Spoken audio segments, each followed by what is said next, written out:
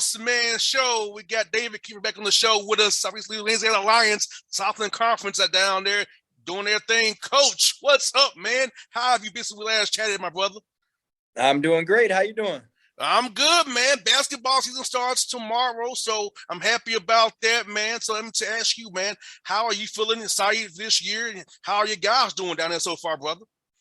Oh yeah, we were just talking about his basketball weather. Woke up this morning, it was 50-something degrees outside. Felt good. Threw my hoodie on. It feels good. Get myself right back inside to the gym. But feel really excited about our team. You know, we play tomorrow at Tulane.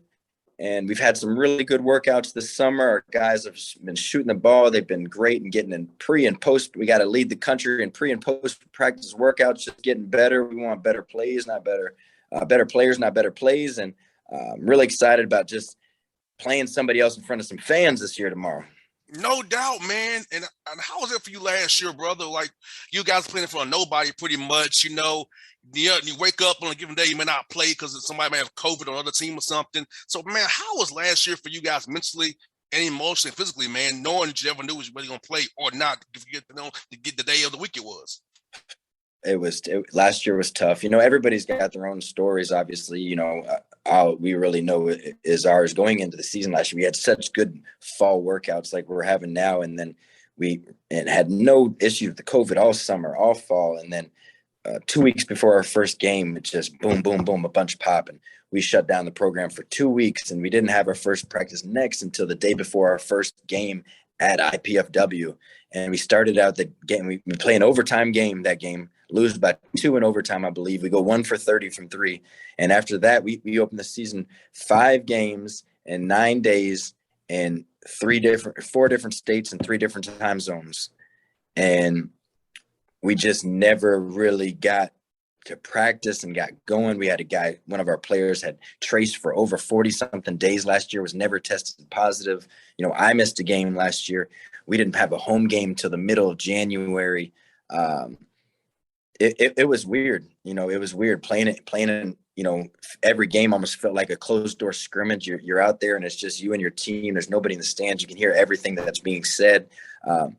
It was a different deal. It was definitely weird, but we were happy to have the season. I was worried about it being canceled for a little while. So just being able to play last year was nice. And now this year it seems like everything's kind of getting back going to normal, and we're ready to go. And I know your guys probably feel good about this now, having a spring and a summer, because last year there was no spring and summer. It was just get it the best way you can. So did your guys appreciate now going to class more, having workouts, spring and summer workouts than they did last year after not having it the way they used to have, that structure they used to have? Yeah, it's just, you know, getting yourself in that routine again every day. It helps, you know, just so you're not just kind of sitting in your room and isolated by yourself, but you're actually kind of getting out and being around people, and, you know, obviously still social distancing and being smart about everything, but just getting up in that routine, getting into your 8 a.m. classes, getting to your noon study halls, and then getting over here to practice, getting your individual works in, get into your night study halls, getting in for film, and all those things. Our just routine was so messed up last year. And I don't know about you, but for me, if I'm not in some type of routine, it gets me a little bit of in a funk. I need to be in some type of schedule. No doubt. Hey, same for me in my radio show, brother. I'm doing it on Zoom now. I haven't been to my office since March 14th of 2020. Why would you? My office has like probably cobwebs in my office in Midtown Atlanta. I've been there forever. You don't need to go to the office anymore. It's, you know, you can do it right there. Yeah, right wherever I'm at, man. So yeah, for you, brother, I'm with you. I gotta have a routine, a schedule of my interviews. I'm right there with you. So getting to this routine, man, has been good for me once more, and maybe to go out and cover games again. You know, right. Going to Memphis when the Hawks played the Grizzlies on October 9th, getting booed felt good again. Being in a hotel on the road felt good again. You know, so I'm just telling you. So I know how you guys feel. For me, being a radio guy, having energy back is one of a kind for me, for sure. No question. And speaking of your team, Coach Kiefer, camaraderie, get able to be together once more. Because I know when I played ball, man, I did better work when I was in Nashville at TSU than I was in Atlanta by myself. So How is it for you guys getting build that bond, that camaraderie? So when it's some tough times this year, start going that they can be together and not have that. Well, this dude doing that. No, they together because they actually did the workouts together, been to those wars and summer together in conditioning sessions. Tell me about that for you guys, making that camaraderie, that teamwork piece of it. Oh, no doubt. You can definitely feel it. You can feel it this year. We've done just way more things, whether it's going out to dinner or doing team activities or just, being in the locker room longer than 15 minutes with each other, closer than 6 feet or whatever it may be, just being around and practicing, not having practices canceled and who can be by this person. And it's just, we still have our rules and we're still abiding by them. But just like you said, not having to be shut down constantly and having our guys to be able to spend more time with each other. It helps in the trust factor, knowing your teammate a lot better and being around them more makes it a lot easier to be connected on the floor.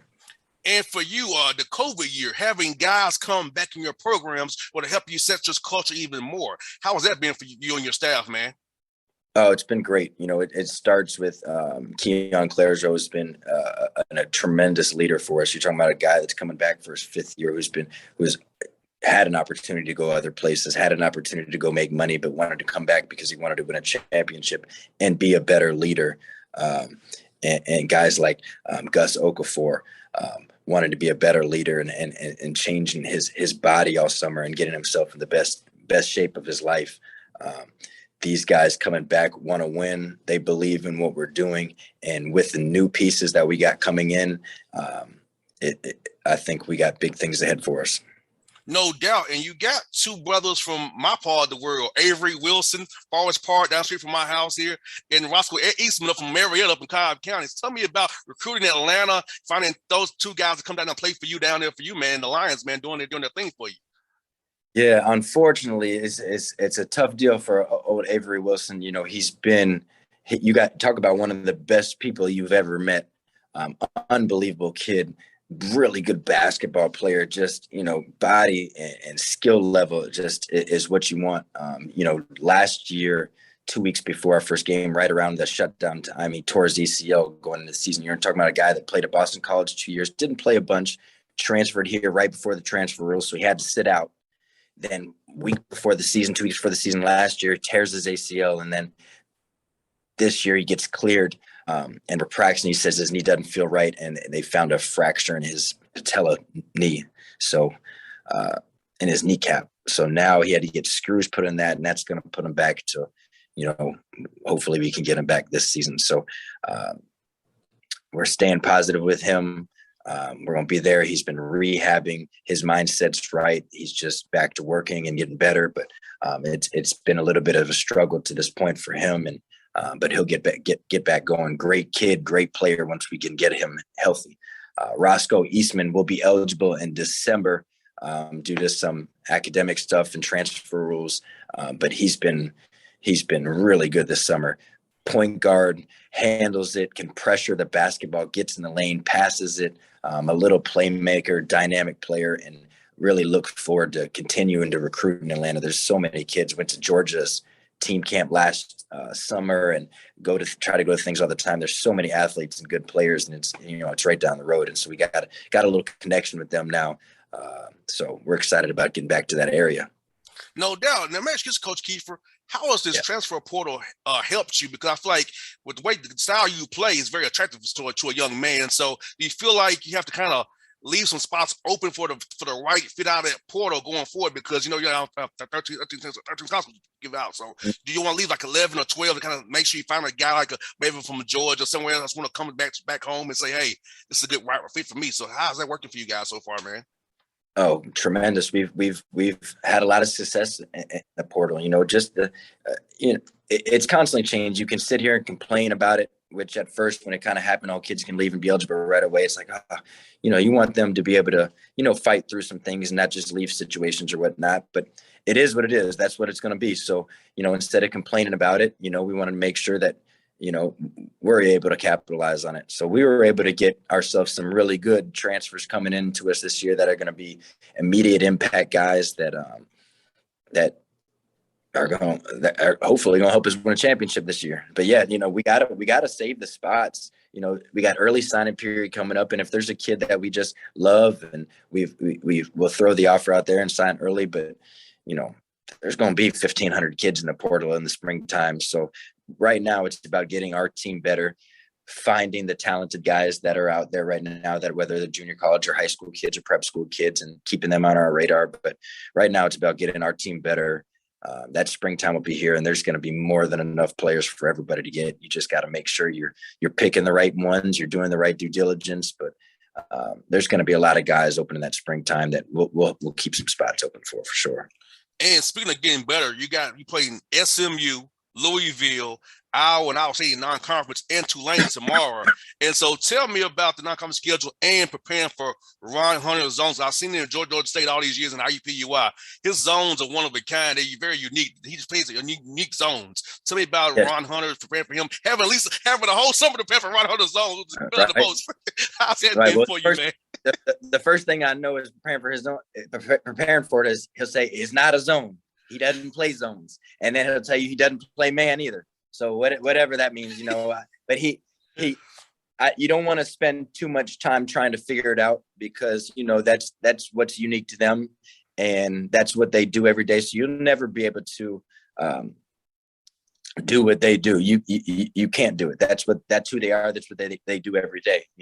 And we don't want to spend too much time trying to figure it out. We want our guys to be able to play open and free, because Tulane thrives off turning you over, thrives off confusing you. What are we in? What do we do next? And they're really good out in the open floor. So we don't want to turn the ball over. We don't want to take quick, bad shots and let them get those athletes with big wings that can score the ball out in the open floor. So we want to make sure we're pushing it. We want to play fast, but we want to make sure we're taking the right shots. We're decisive with our decision making, and we're keeping them, in a 5-on-5 game. We don't want open floor transition for them. No doubt, man. And that's one for you, Coach Kiefer, this brother. When you come to Atlanta, what's your favorite spot to eat here, man? Oh,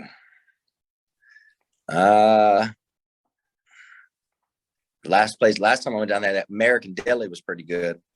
Oh, that's a classic. That's a classic Atlanta thing. It's a classic. Hey, did you get a 10-piece or 20-piece? Which 10. one? 20. I can't do 20. Yes, a 10-piece lemon pepper or mild or barbecue. Those are the ones I get. It's yes, sir, that barbecue. I like that barbecue. Yeah. Yes.